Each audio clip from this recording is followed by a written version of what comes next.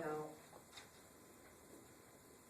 notice that you have a table that says, what are the elements of culture? We said values is an element of culture, beliefs are an element of culture, knowledge is an element of culture, and now we get to norms. Okay? And all of this is just talk about a person's culture. Now, what is a norm? A norm is simply an expectation about how people are going to act. Okay? We teach people appropriate behavior. Okay? We teach our children that you don't belch in public. Okay? You don't sit at the table, at the dinner table, like boys do. Okay? You don't pass gas at the dinner table. You get up and go someplace else and okay? Those are our norms. Okay? That's what we teach our children. Some cultures would do just the opposite. Okay? We would see belching as a sign of disrespect. Some cultures, you automatically belch at the table because that shows respect for the host and say that you enjoyed the cooking. Well, understand that that's the way the world works. It's all different. Okay? Everything is different. Some people, if we shake our heads up and down, it means yes. To some people, shaking it up and down means no. Shaking it side to side means no to us. To some people, this means yes. I understand that you have to see that different people do different things. And this is when they say that you have to have sort of like the knowledge of what's going on. Okay? We as a group don't mind coming in late. I had an instructor one time who said, you know, I went to this class. And when I went to the class, I noticed there were only 2 people there. And nobody else came. Okay? Well, later the professor discovered that he came 5 minutes early. They saw it as a sign of disrespect to show up after the professor came in. So when they saw he was already there, nobody came in. Okay? So he had to learn not to show up early, but to come a minute late. And then everybody would be sitting there waiting for him. That's the difference in cultures. Okay? So understand that culture seems to be very interesting. And so when you're studying things, you see these differences. Now I was about to say that we have subcultures in this country who do the same thing. They still operate within the subculture. Is it not strange that for the most part all ethnic groups marry each other in this culture? Now I'm not saying that they all do now. But did you notice that Hungarians usually find another Hungarian person to marry? Okay? You ever notice that? Okay? Jewish people are now finding other Jewish people to marry. Okay? And that's not to say that there's not intermingling of ethnic groups and things, okay? But you notice that the Indian people are very finding other Indian people to get married to. Why do you think that? Why do you think that the Indian woman, 9 out of 10 is going to marry an Indian man? Why do you think that? Because they share the same values and beliefs. And what beliefs would they be? Okay.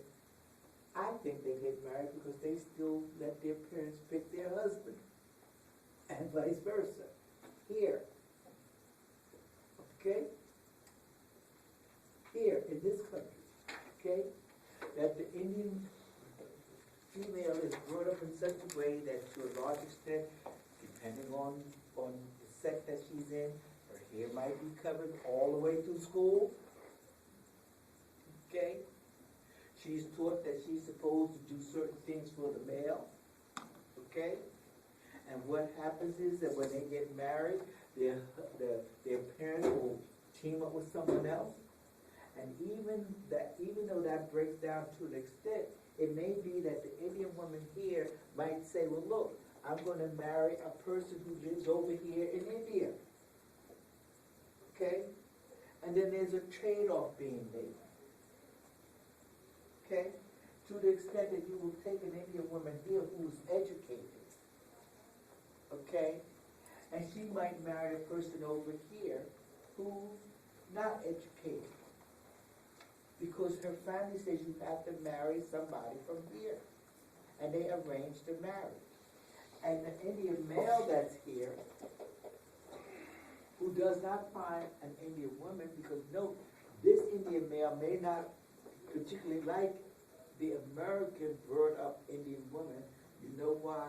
Because that woman is more lippy than this woman is. Okay? This one won't take orders as much as this one will. Okay? This one won't be as subservient as this one will. So he might very often go over here to pick somebody, and sometimes he'll pick a person here. Now, if the person here does not get married to anybody, this group of women consider these men as losers. Stay with me. These are the losers. So they will go over here and marry the woman over here who's very educated. And they don't have that much in common, but they're educated. And they will come over here because he's an American citizen. And that means something. He carries that status. Notice there's trade-offs being made. Okay? Now, that's the kinds of things that happen all the time. Okay? All the time. Now, we're talking about norms. And we talked about what is appropriate behavior. Okay? Now notice that norms are not necessarily fixed. Okay? Norms are things that we just do.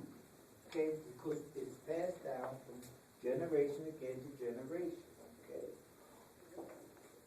Like a norm may be that we don't particularly spit in public. Some cultures spit all the time. Some you look at little subcultures like the baseball culture, they spit all the time. Who else spits? Who else did you see going around chewing something spit? Only baseball managers, and baseball players, and pitchers. Nobody else does that. Okay? Now, what happens is that you look at that, and you know that they're not rigid, because once upon a time, smoking, as your text would say, that was a norm. Everybody smoked. And the person who did not smoke was in a minority. Okay? That's the person that looked like the misfit. The person in this culture who does not drink seems to be the misfit. Okay? You go someplace with your friends and say, well, I don't drink. They look at you, are you crazy? Okay? They look at you like there's something wrong with you. Because the norm is that we drink. Okay? Now we've taken smoking and shifted the whole thing. Notice that norms can change.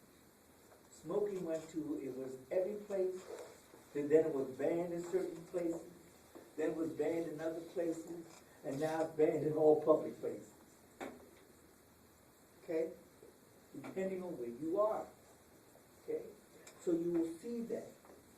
Now again, we don't see smoking as appropriate behavior in some places. Like nobody here would pick out a cigarette and light it. And notice that once upon a time, it wasn't just the cigarette, it was the cigar and the pipes. Okay?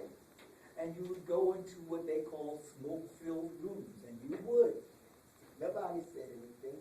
That was the norm for the male. Okay? And then the women started smoking, and people look at the woman like she's crazy. Just like we would today, when you see a lady smoking a cigar, you would look at her like there's something wrong with this lady. Okay? And don't see the lady smoking a pipe, because then you really think that she's eccentric. Did you understand? Those are norms. And women are taught you don't smoke cigars, and you don't smoke pipes, even if you smoke. Okay? Now,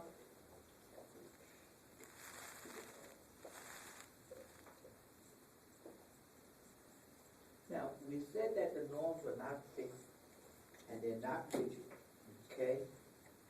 Now, sometimes we have what we call cultural lag, okay? Sometimes the things that we consider as a norm move ahead of the society, okay? Because it's changing quicker than the society can change, okay? Like you take something like our notion of privacy.